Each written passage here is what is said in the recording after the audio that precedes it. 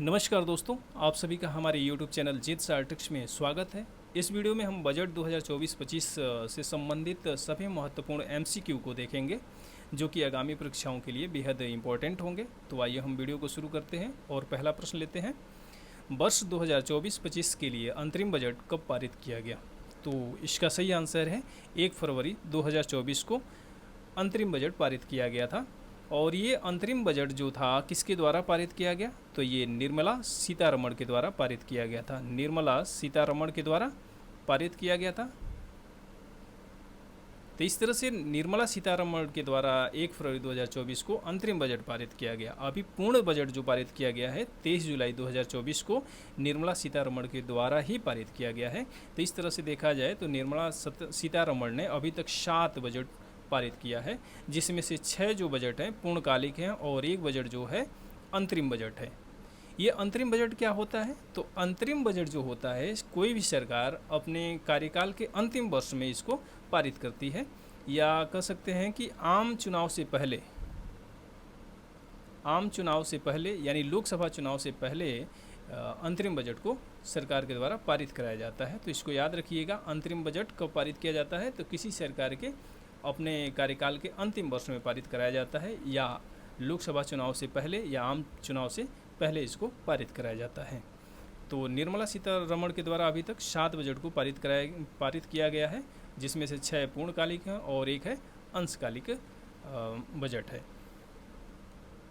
वर्ष 2024-25 के लिए बजट में कितनी जातियों पर ध्यान केंद्रित किया जाएगा? तो याद रखिएगा, जो 24-25 का जो बजट है उसमें 4 जातियों की बात की गई है। ये 4 जातियाँ कौन हैं? युवा, अन्नदाता, गरीब और महिलाएं हैं। 4 जातियों को याद रखिएगा, ये 4 जातियाँ नाम दिया गया है। तो युवा हैं, इसमें अन्नदाता हैं, गरीब हैं और महिलाएं हैं। तो इन 4 जातियों को विशेष रूप से ध्यान केंद्रित किया जाएगा। तो ऑप्शन बी इसका सही आंसर है। 2024 के बजट में कितने मुख्य विषयों पर ध्यान लक्षित किया जाएगा? तो इसका सही आंसर है ऑप्शन सी, 4 विषयों पर ध्यान लक्षित किया जाएगा। ये 4 विषय कौन है? तो 4 विषय याद रखिएगा, बजट का ये 4 मुख्य विषय हैं। पहले पे आता है रोजगार, दूसरा है कौशल प्रशिक्षण, तीसरा MSME और चौथा है मध्यम वर्ग।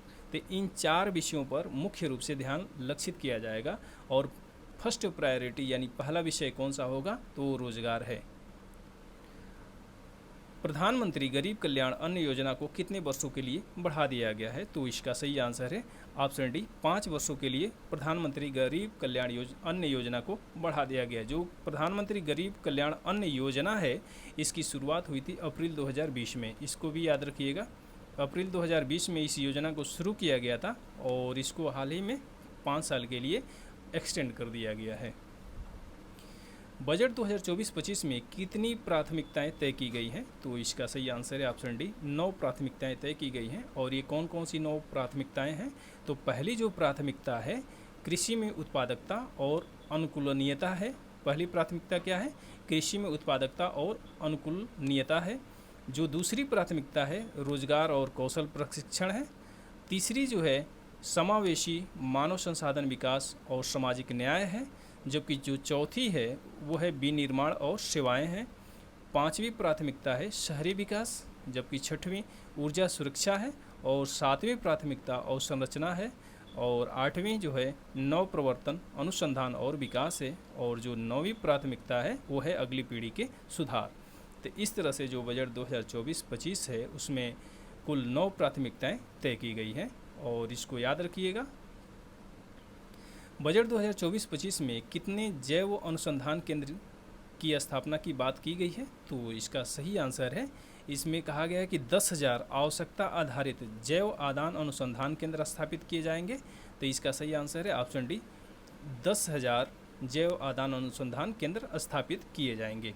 इसमें एक प्राकृतिक कृषि शुरू करने की बात की गई है, इसको भी याद रखिएगा, जिसमें कहा गया कि अगले 2 वर्षों में 1 करोड़ किसानों को लाभ पहुंचाया जाएगा इसके माध्यम से। तो प्राकृतिक कृषि के माध्यम से अगले 2 वर्षों में 1 करोड़ किसानों को लाभ पहुंचाने की बात की गई है।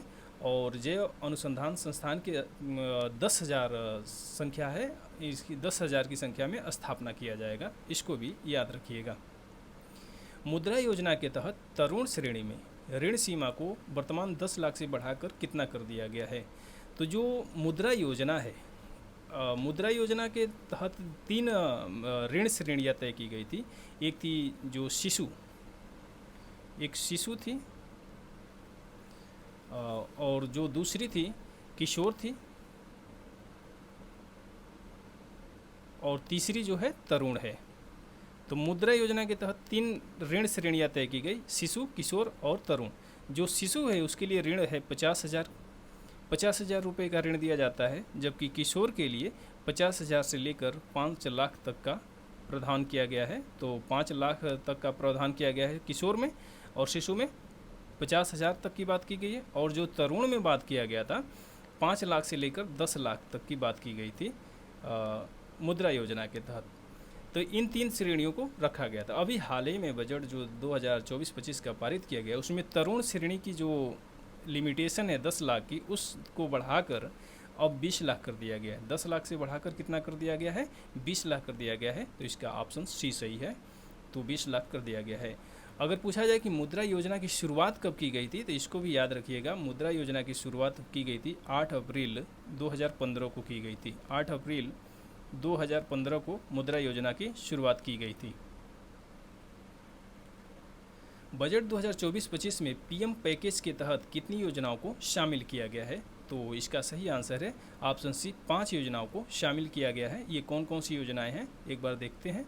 तो जो पीएम पैकेज है इसके तहत 5 योजनाएं हैं। तो इसमें जो पहली योजना है, इसमें कहा गया है कि पहली बार रोजगार प्राप्त करने वालों के लिए पहली योजना है। इसमें कहा गया है कि सभी औपचारिक क्षेत्र में पहली बार रोजगार प्राप्त करने वालों को 3 किस्तों में 15,000 रुपये 1 माह का वेतन, और इसे कितने को लाभ मिलेगा, तो 210 लाख युवाओं को लाभ मिलने वाला है पहली योजना के तहत। जो दूसरी योजना है विनिर्माण क्षेत्र में रोजगार सृजन है। तो इसमें कहा गया है कि पहली बार रोजगार प्राप्त करने वालों से ये संबंध योजना है, और इसमें 4 वर्ष में अंशदान के रूप में विशिष्ट पैमाने पर ईपीएफओ में अंशदान किया जाएगा सरकार के द्वारा। और जो तीसरी है नियोक्ताओं को सहायता वाली योजना है। तो इसमें कहा गया है कि सरकार नियोक्ताओं के ईपीएफओ में अंशदान के लिए उन्हें 2 वर्षों तक 3,000 रुपये प्रति माह प्रतिपूर्ति करेगी। यानी 2 वर्षों तक सरकार 3,000 रुपये प्रति माह ईपीएफओ में जमा करेगी उनके, और इसके लिए 50 लाख नौकरियों का सृजन होने की संभावना भी व्यक्त की गई है। जो चौथी योजना है, चौथी योजना विशेष रूप से कौशल प्रशिक्षण कार्यक्रम पर आधारित है, और इसमें कहा गया है कि 5 वर्ष की अवधि में 20 लाख युवाओं को कौशल प्रशिक्षण दिया जाएगा। जो कौशल प्रशिक्षण कार्यक्रम में जो पीएम पैकेज के तहत जो चौथा योजना है, उसमें कहा गया है कि 5 वर्षों की अवधि में 20 लाख युवाओं को कौशल प्रशिक्षण दिया जाएगा। ठीक है, और स्पोक मॉडल में 1000 औद्योगिक प्रशिक्षण संस्थानों का उन्नयन भी किया जाएगा। इसमें ये सारी चीज़ें शामिल है। जो 5वीं योजना है पैकेज, पीएम पैकेज योजना के तहत जो 5वीं है इंटर्न अवसर है, जिसमें कहा गया है कि 5 वर्ष की अवधि में 1 करोड़ युवाओं को शीर्ष 500 कंपनियों में इंटर्नशिप के अवसर उपलब्ध कराए जाएंगे। इसको याद रखिएगा, 1 करोड़ युवाओं को 500 शीर्ष जो कंपनियां हैं उसमें इंटर्नशिप के अवसर उपलब्ध कराए जाएंगे। और सीएसआर निधियों के माध्यम से प्रति माह 5,000 रुपये का भत्ता और 6 माह की एककालिक सहायता भी प्रदान की जाएगी। इसमें ये सारी चीज़ें शामिल हैं। बजट 2024 में घरेलू संस्थाओं में उच्चतर शिक्षा के लिए कितने रुपए के ऋण की वित्तीय सहायता की व्यवस्था की गई है। तो इसका सही आंसर है ऑप्शन सी है, 10 लाख रुपए की व्यवस्था की गई है। देखिए, इसमें कहा गया है कि घरेलू संस्थाओं में उच्चतर शिक्षा के लिए 10 लाख रुपए तक के ऋण के लिए वित्तीय सहायता प्रदान की जाएगी, और इससे प्रति वर्ष 1 लाख विद्यार्थियों को ई वाउचर भी उपलब्ध कराया जाएगा, और इस पर 3% वार्षिक ब्याज की सहायता है ये। तो जो 10 लाख ऋण उपलब्ध कराया जाएगा वो 3% ब्याज के रूप में दिया जाएगा। ठीक है, इसको भी याद रखिएगा। पूर्वोदय योजना कितने राज्यों के लिए शुरू की गई है। तो जो पूर्वोदय योजना है ये पूर्वी राज्यों के विकास के लिए है, और इसका थीम याद रखिएगा, विकास भी विरासत भी, ये है इसका थीम। पूर्वोदय योजना की थीम क्या है, विकास भी विरासत भी। और यह योजना जो है पूर्वी क्षेत्र के राज्य जो हैं उनके प्राकृतिक निधि संपन्न राज्यों के लिए यह योजना है, और यह आर्थिक अवसरों का सृजन करने के लिए है। और ये कितने राज्यों के लिए है? तो 4 राज्य हैं इसमें, बिहार है, झारखंड है, पश्चिम बंगाल है और आंध्र प्रदेश। यानी 4 राज्यों को इसमें शामिल किया गया है, बिहार को, झारखंड को, पश्चिम बंगाल को और आंध्र प्रदेश को शामिल किया गया है। तो ये 4 राज्यों के लिए पूर्वोदय योजना है। बजट 2024-25 में महिलाओं और बालिकाओं के लाभार्थी योजनाओं के लिए कितने रुपए प्रदान किए जाएंगे? तो इसका सही आंसर है, जो महिलाएं और बालिकाओं के लिए लाभार्थी योजनाओं के लिए 3 लाख करोड़ रुपए का आवंटन किया गया है। तो ऑप्शन सी इसका सही आंसर है, 3 लाख करोड़ रुपए का आवंटन किया जाएगा। इसी में कहा गया है कि जो पूर्वोत्तर क्षेत्र है ना, उसमें इंडिया पोस्ट पेमेंट बैंक की 100 से अधिक शाखा खोली जाएगी। तो ये भी याद रखिएगा, पूर्वोत्तर क्षेत्रों में इंडिया पोस्ट पेमेंट बैंक की 100 से अधिक शाखाएं खोलने का भी बजट 2024-25 में बात की गई है। जो इसी में बात किया गया है कि प्रधानमंत्री जनजातीय उन्नत ग्राम अभियान भी चलाया जाएगा, जिसमें 63,000 गाँवों को कवर किया जाएगा। और इसके तहत अनुमान लगाया गया है कि 5 करोड़ आदि जो जनजातीय लोग हैं उनको इससे लाभ होगा। प्रधानमंत्री जनजातीय उन्नत ग्राम अभियान के तहत कितने गाँवों को कवर किया जाएगा? तो इसका सही आंसर है कितना? 63,000 गाँवों को कवर किया जाएगा। और कितने लोगों को इससे लाभ होगा? तो 5 करोड़ जनजातीय लोगों को इससे लाभ होगा। तो इसको याद रखना है। वित्त वर्ष 2024-25 में आंध्र प्रदेश को कितनी धनराशि की वित्तीय सहायता प्रदान की जाएगी? तो इसका सही आंसर है कितना? 15,000 करोड़ रुपए की वित्तीय सहायता की व्यवस्था की गई है। तो ऑप्शन बी इसका सही आंसर है। और ये जो 15,000 करोड़ रुपए है, ये खाद्य सुरक्षा सुनिश्चित करने के लिए और जो पोलावरम सिंचाई परियोजना है उसको पूरा करने के लिए दिया जाएगा। और विशाखापट्टनम चेन्नई औद्योगिक कॉरिडोर पर कुपार्थी नोड में और हैदराबाद बेंगलुरु औद्योगिक कॉरिडोर में और ओरवाकल नोड में पानी, बिजली, रेल और सड़क जैसी योजना आवश्यक संरचनाओं पर इस को खर्च किया जाएगा। ठीक है, तो याद रखिएगा, पोलावरम सिंचाई परियोजना आंध्र प्रदेश के लिए दिया गया है। 30 लाख से अधिक जनसंख्या वाले कितने बड़े नगरों के लिए ट्रांजिट उन्मुख विकास केंद्र स्थापित किया जाएगा? तो इसका सही आंसर है 30 लाख से अधिक जनसंख्या वाले 14 बड़े नगरों के लिए ट्रांजिट उन्मुख विकास स्थापित किए जाएंगे। तो कितने हैं इसका? ऑप्शन सी 14 इसका सही आंसर है। 14 बड़े नगरों के लिए जिनकी जनसंख्या कितनी होगी? 30 लाख से अधिक होगी, उनके लिए ट्रांजिट उन्मुख विकास केंद्र स्थापित किए जाएंगे। पीएम सूर्य घर मुफ्त बिजली योजना के तहत प्रति माह कितना यूनिट मुफ्त बिजली प्राप्त होगा? तो इस जो पीएम सूर्य घर मुफ्त बिजली योजना है, जो अंतरिम बजट पारित किया गया था 1 फरवरी को, उसी में इस योजना को शुरू किया गया था। और इस तरह से 15 फरवरी 2024 को इसको शुरू किया गया। इसकी घोषणा जो हुई थी अंतरिम बजट में हुई थी। और इसकी शुरुआत कब हुई? तो 15 फरवरी 2024 को इसकी शुरुआत हुई थी। 15 फरवरी 2024 को इसकी शुरुआत हुई थी। और इसके तहत कहा गया कि जो 300 यूनिट प्रति माह फ्री यूनिट मिलेगा, मुफ्त बिजली मिलेगी। कितना? 300 यूनिट प्रति माह मुफ्त बिजली मिलेगी। और इससे 1 करोड़ उम्मीद किया गया, अनुमान लगाया गया है कि 1 करोड़ घरों को मुफ्त बिजली प्रदान किया जाएगा इसके तहत। और अब तक इसमें 1.28 करोड़ पंजीकरण और 14 लाख आवेदन हो चुके हैं, ये भी याद रखिएगा। बजट 2024-25 के तहत अवसंरचना पर जीडीपी का कितना प्रतिशत खर्च किया जाएगा? तो इसका सही आंसर है जीडीपी का 3.4% खर्च किया जाएगा। ऑप्शन बी इसका सही आंसर है। बजट 2024-25 में किस राज्य को पुनर्निर्माण और पुनर्वास के लिए सहायता प्रदान की जाएगी? तो इसका सही आंसर है हिमाचल प्रदेश में पुनर्निर्माण और पुनर्वास के लिए सहायता प्रदान की जाएगी। ऑप्शन डी इसका सही आंसर है। इसमें कहा गया है कि हिमाचल प्रदेश के पुनर्निर्माण और पुनर्वास के लिए सहायता प्रदान की जाएगी, जबकि 3 राज्यों असम, सिक्किम और उत्तराखंड में बाढ़ प्रबंधन और संबंधित परियोजनाओं के लिए सहायता प्रदान की जाएगी। तो ये भी याद रखिएगा कि कितने राज्यों को बाढ़ प्रबंधन के लिए सहायता प्रदान की जाएगी। तो 3 राज्य हैं, कौन कौन से हैं? असम है, सिक्किम है, असम, सिक्किम और उत्तराखंड।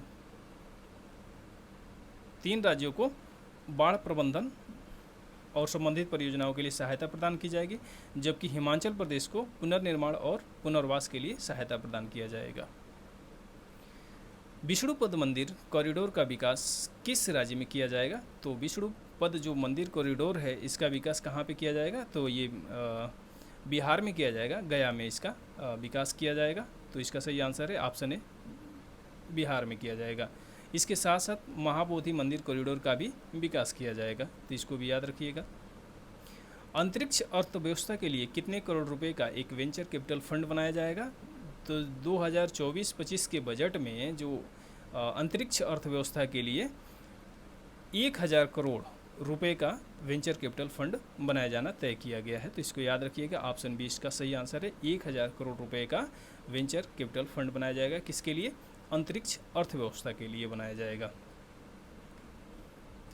एनपीएस वात्सल्य योजना किसके लिए चलाई गई है, तो एनपीएस वात्सल्य योजना जो है ये अवयस्कों के लिए चलाई गई है। अवयस्क जो बच्चे होते हैं उनके लिए चलाई गई है, और इसमें कहा गया कि माता पिता और अभिभावक द्वारा अंशदान की योजना है यह, तो यह बच्चों के लिए चलाई गई है एनपीएस वात्सल्य योजना।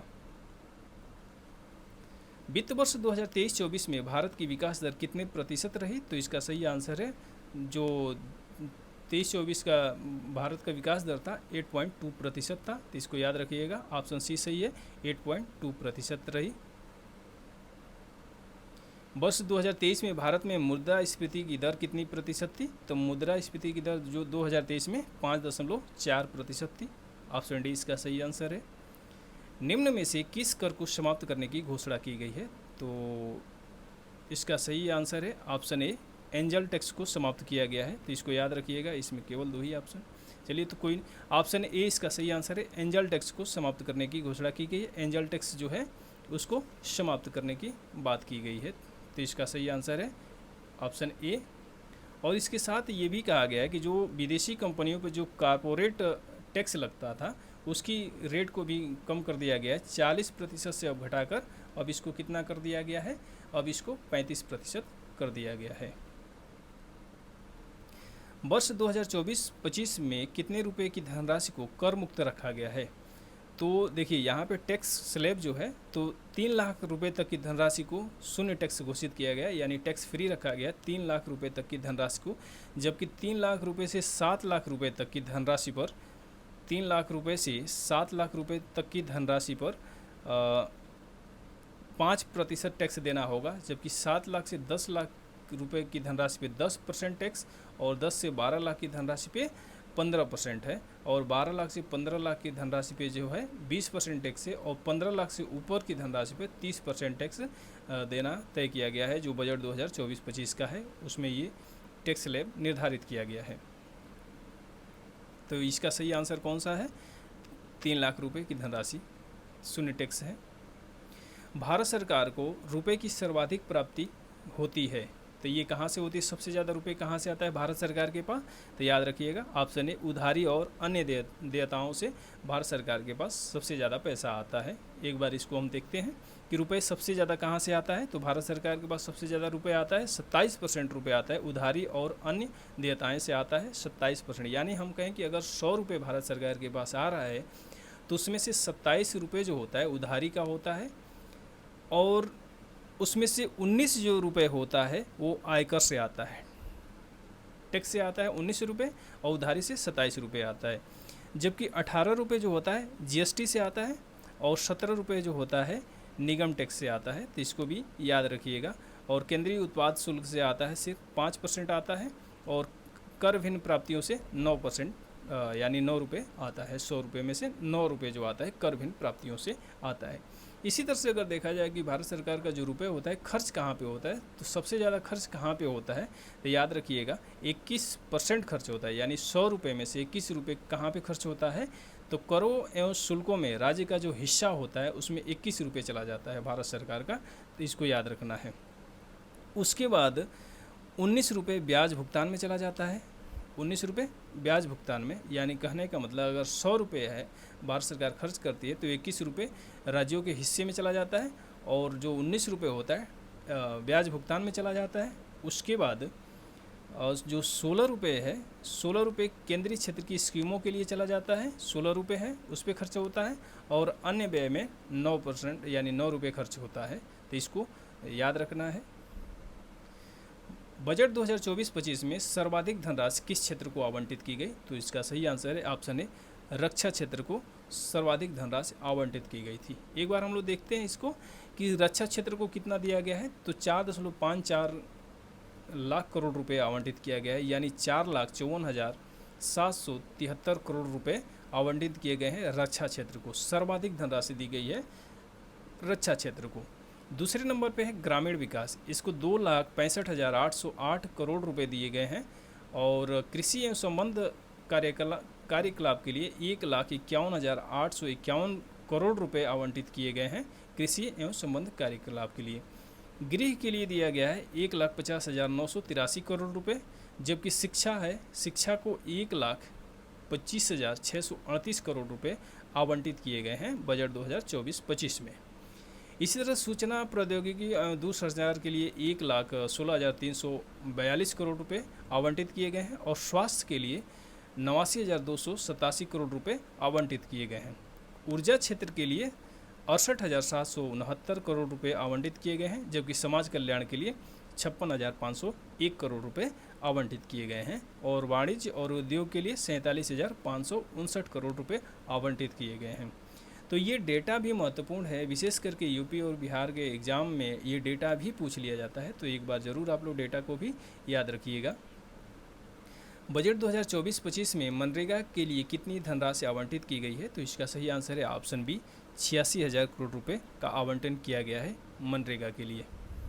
एक बार देखिए, मनरेगा के लिए जो 2023-24 में इसके लिए 60,000 करोड़ का बजट आवंटन किया गया था, लेकिन 2024-25 में इसको बढ़ा के 86,000 करोड़ रुपए कर दिया गया है, तो इसको याद रखिएगा। और अनुसंधान और विकास परियोजनाओं के लिए 2023-24 में 840 करोड़ रुपए था और इस समय इसको बढ़ा के 2024-25 में 1,200 करोड़ रुपए आवंटित किए गए हैं, तो इसको भी याद रखिएगा।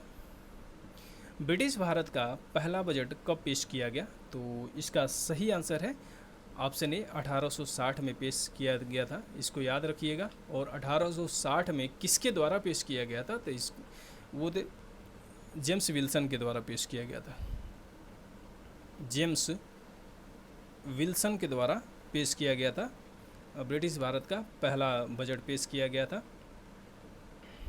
अगर कहा जाए कि गणतंत्र भारत का पहला बजट किसके द्वारा पेश किया गया, तो गणतंत्र भारत का पहला बजट जो है जॉन मथाई के द्वारा पेश किया गया था। जॉन मथाई के द्वारा पेश किया गया 1950 में। और अगर कहा जाए कि स्वतंत्र भारत का पहला बजट किसके द्वारा पेश किया गया, तो ये था के खड़गमुगम शेट्टी के द्वारा, खड़गमुगम शेट्टी के द्वारा पेश किया गया, तो इसको भी याद रखिएगा। ये 1947 में पेश किया गया खड़गमुगम शेट्टी के द्वारा। तो गणतंत्र भारत का जॉन मथाई के द्वारा, स्वतंत्र भारत का खड़गमुगम शेट्टी के द्वारा और ब्रिटिश भारत का जेम्स विल्सन के द्वारा बजट पारित किया गया था। आज़ाद भारत का प्रथम बजट किसके द्वारा पेश किया गया, तो अभी हम बात कर चुके हैं इस पर कि के खड़गमुगम शेट्टी के द्वारा स्वतंत्र भारत का प्रथम बजट पेश किया गया था। ये भारत के प्रथम वित्त मंत्री भी कहे जाते हैं, खड़गमुगम शेट्टी हैं, तो इनको याद रखिएगा। जॉन मथाई के द्वारा गणतंत्र भारत का प्रथम बजट पेश किया गया, गणतंत्र भारत का प्रथम बजट पेश किया गया, जबकि जो इंदिरा गांधी हैं ये प्रथम महिला थी जिन्होंने बजट को पेश किया था। तो प्रथम महिला कह सकते हैं, प्रथम महिला थी इंदिरा गांधी जिन्होंने पहली बार बजट पेश किया था। और ये कार्यवाहक, उस समय कार्यवाहक वित्त मंत्री थी, कार्यवाहक वित्त मंत्री थी। अगर पूछा जाए कि पूर्ण कालिक महिला वित्त मंत्री जिन्होंने बजट पेश किया हो, तो उनका नाम है निर्मला सीतारमण, को याद रखिएगा, निर्मला सीतारमण है जिन्होंने पूर्णकालिक वित्त मंत्री के रूप में रह के बजट पेश किया है। और जेम्स विल्सन जो थे ब्रिटिश भारत के ये थे वित्त मंत्री जिन्होंने ब्रिटिश भारत का बजट पेश किया था। सर्वाधिक बार बजट पेश करने वाले वित्त मंत्री कौन है, तो इसका सही आंसर है मोरारजी देसाई हैं, इन्होंने 10 बार बजट पेश किया है। और निर्मला सीतारमण ने अभी तक 7 बार बजट पेश किया है, जिसमें से 6 बार पूर्णकालिक बजट है और 1 बार अंशकालिक बजट पेश किया गया है। इंदिरा गांधी हैं प्रथम कार्यवाहक महिला वित्त मंत्री हैं जिन्होंने बजट को पेश किया है। अगर पूछा जाए कि पहली पूर्णकालिक महिला वित्त मंत्री जो बजट पेश की थी तो वो निर्मला सीतारमण है, पूर्णकालिक वित्त मंत्री हैं, पूर्णकालिक महिला वित्त मंत्री जिन्होंने बजट को पेश किया। अगर पूछा जाए कि जो बजट है संविधान के किस अनुसूची में अनुच्छेद में शामिल है, तो इसको भी याद रखिएगा। जो अनुच्छेद 112 है उसी में बजट को शामिल किया गया है, उसी में बजट का वर्णन है, लेकिन बजट नाम नहीं मिलता है वहाँ पे, वार्षिक वित्तीय विवरण नाम मिलता है, वार्षिक वित्तीय विवरण नाम मिलता है बजट का। तो वार्षिक वित्तीय विवरण का वर्णन किस अनुच्छेद में है, तो अनुच्छेद 112 में कहा गया है, जिसको बजट हम कहते हैं। इस वीडियो में बस इतना ही। जय हिंद।